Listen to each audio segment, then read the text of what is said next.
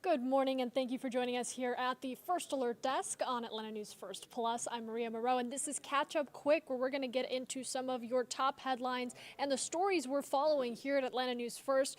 First Alert meteorologist Rodney Harris will be joining us after these news updates with a look at your weekend forecast, so stick around for that. I want to start with this story, an overnight rescue finally over a man that was pulled out of a 50-foot well this morning after being trapped for several hours. Now, we're told police got a call from the man's son saying that he hadn't returned from the woods after leaving to go look for his phone. Rescuers managed to find the man after they heard his phone ringing. Thankfully, they managed to pull him out. He was apparently stuck in that well for about 8 hours. That's according to police. The man was loaded onto a stretcher and taken to the hospital for treatment. The extent of his injuries remain unknown at this time. And a major update to a story we first reported to you in May. This is involving a 12-year-old missing girl who was found alive and safe. That news coming in just this morning. Atlanta News First reporter Rebecca Schramm is in Hall County talking to the sheriff's office about what a relief this has been for the community and especially for the girl's family. The sheriff's office posted an update late last night on social media, and already it has been shared thousands of times. The whole community was really rallying around efforts to find this 12-year-old girl. Take a look. Maria Gomez Perez vanished May 29th, having last been seen at her home in Gainesville. Signs were everywhere after the reward in the case grew to $50,000. According to the sheriff's post, Maria was found last night in another state. The statement gave very few details, just that the Criminal Investigations Bureau of the Hall County Sheriff's Office located and recovered Maria and that she is, quote, safe and okay. The statement went on to praise the tireless work of investigators and the community, saying prayers have been answered. Maria's family is originally from Guatemala. They've been in the U.S. about 6 years. We spoke with her father last month through a translator. The only thing I want to say now is somebody knows something, somebody sees something or know where she is, please call the authorities immediately. We can just imagine how relieved he is this morning. There are still so many questions in this case. Where was she found exactly? Who was Maria with all this time? And will anyone face charges? We'll try to get some answers for you this morning. In Hall County, in Gainesville, Rebecca Schramm, Atlanta News First.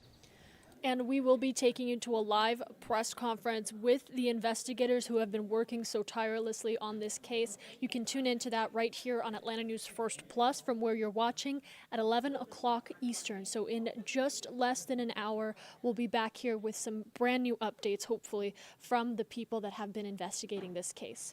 All right, moving on to the travelers out there who have been dealing with really a bit of chaos involving Atlanta-based airline Delta, now returning back to normal after a global IT outage last Friday really shifted things around for a lot of flyers and it just impacted their systems.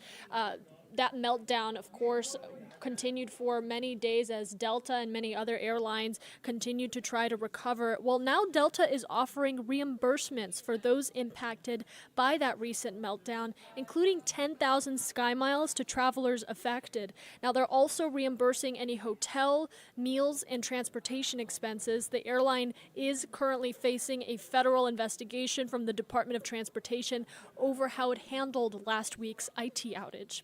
And with summer coming to a close, a lot of people have been feeling the weight of their power bills, and the costs have just been going up. Of course, when you crank that AC, the power bill is going to go up. But according to Georgia Power, they said that it's more than that. Apparently, the major increase that so many people are seeing could be because of the funding needed for a power plant. Patrick Quinn has the report.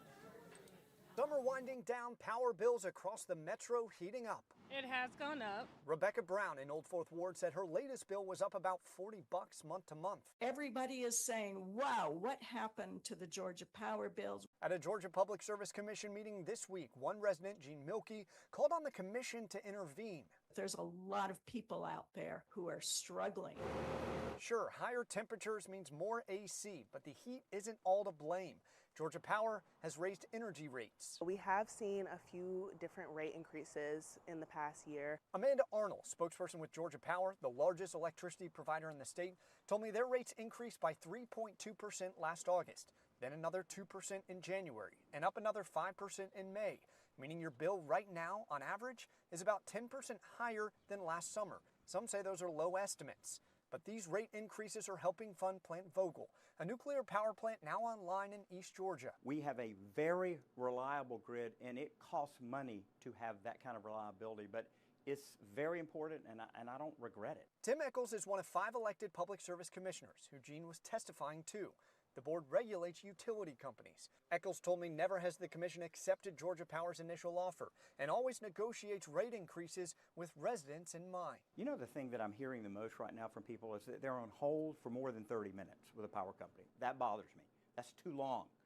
And so, yes, I've gone to the power company multiple times. For Rebecca, who lives down the street from Georgia Power, a plea to her neighbor, keep costs down so she can too. Show mercy for all of us because everything else is so expensive.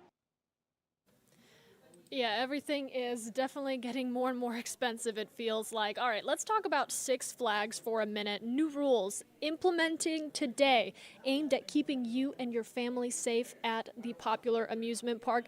A chaperone policy is going into effect just in time for a busy weekend. And basically, the rules are simple. Anyone under 15 years old must be accompanied by an adult that is 21 or older to be able to stay in the park later than 4 p.m. This child policy change isn't just for the weekend, it's for every day that the park is open and operational. Six Flags says they've just seen a spike in unruly behavior among young people both here in Atlanta and in other parks, and they're hoping that this new policy deters behavioral problems. So a lot of people excited to get out this weekend, and we have pretty beautiful weather if you take a look outside right now. Some clouds in the sky, but a lot of folks getting ready to plan out how their weekend is going to go.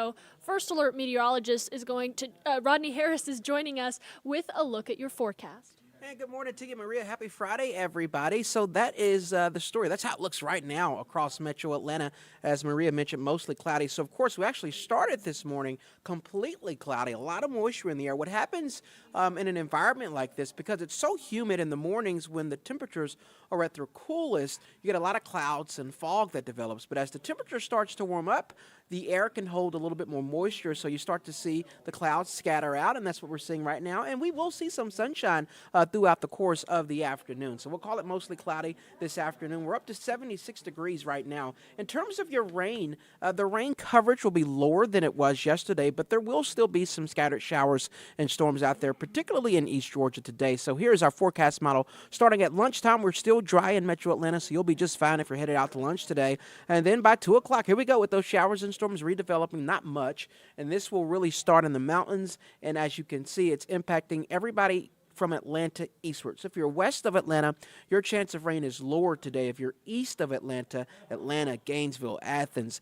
Helen, Rabun County, Habersham County, you'll have the highest opportunity for rain. But even for East Georgia, the coverage today is like 30%. So everybody won't get wet, but that opportunity will be there this afternoon as you drive home from work and if you're headed out to dinner. So East Georgia will be our focus today. And a very similar forecast for Saturday as well. The coverage right around 30% for more scattered showers and storms that will be out there, especially east of metro Atlanta. Highs in the upper 80s both today and Saturday. By Sunday, we will have some changes. The rain chances will go up just a little bit more on Sunday from 30 to 40%, especially for those of you in West Georgia. There will be a little system that's going to start passing us by to the north and west, and so that'll start our increase in rain chances on Sunday. Only at 40% though, so you can still keep your plans over the weekend. And then by Monday, the rain chance will go up to 60%, so Monday's the best overall chance for rain in the entire 7-day forecast. Monday is a First Alert weather day. Your plans will be impacted on Monday, so make sure and circle that day on your calendar. calendar. So 30% coverage, mainly in East Georgia today.